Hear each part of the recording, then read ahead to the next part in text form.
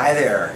Here we are with a patient that just came in for a follow-up. We're going to be doing another procedure on today, but he's a patient who had a previous older style transplant where he had the old plug technique.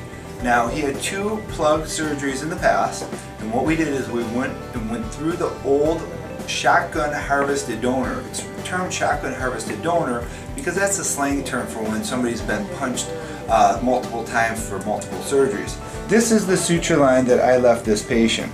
Okay, I did a maxed harvest hair transplant procedure where I started all the way over from this one side and I went all the way around. You can see this little trace line. That is the suture line I left this patient. Okay, and this goes all the way around, and I'll show the camera that in a minute. Now today we're going to do another procedure where I'm going to go above that to get the patient more hair, and then I'm going to continue to clean up his older style grafting techniques. These are the little holes that are left behind from the old plugs. You can see them running through there. I'm going to show you further along where he had some more plugs taken from back here. Okay, so now you can see this area where all these little scarred areas that are left without hair. Okay, this is called shotgun harvested donor. What they did in the past is they would use an instrument that would look something like this. They would take that instrument, they would punch a hole out of the back, they would take this area that was punched out and then punch a hole on the top of the head and then plug it in. Hence the term plugs. Okay, so this is how the older styles were, and it left the patient with this area where they couldn't shave their hair down. Well, when I did his strip harvested technique, my suture line's right underneath here. Okay, this is my suture line from before, right here. Okay, you can even follow this all the way around here, through here. So this is my old suture line running through here, and then you can see where this runs up here, and that's the suture line. Okay, this is what I left this particular patient.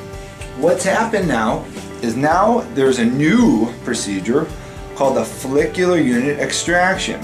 Well, a follicular unit extraction is now, instead of using a punch that's the size of this, we're now using a smaller punch that could be maybe 1.5 millimeters, 1 millimeter in diameter. Okay, so I'm going to show you what that 1.5 millimeter punch looks like. Let's just 1.5. I'm putting it up fresh right now.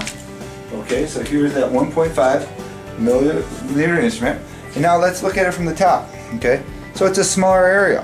Okay, so now what they're doing is they're taking this punch, okay, and punching this like this, and then they're trying to take that little follicular unit out by itself. Okay, when they take that follicular unit out one by one, they call it a scarless procedure.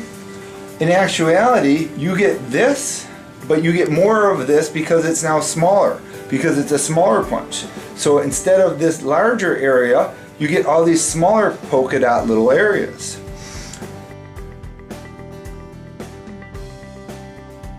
The problem with this, well, there's multiple problems, is first of all, if I have to punch using this tiny little instrument, there's such a higher probability of me damaging the follicle because I'm trying to punch it out blindly with the little apparatus like this. Okay, so there's more of a chance of transaction, there's more of a chance of the follicle being harmed, there's more scar tissue underneath.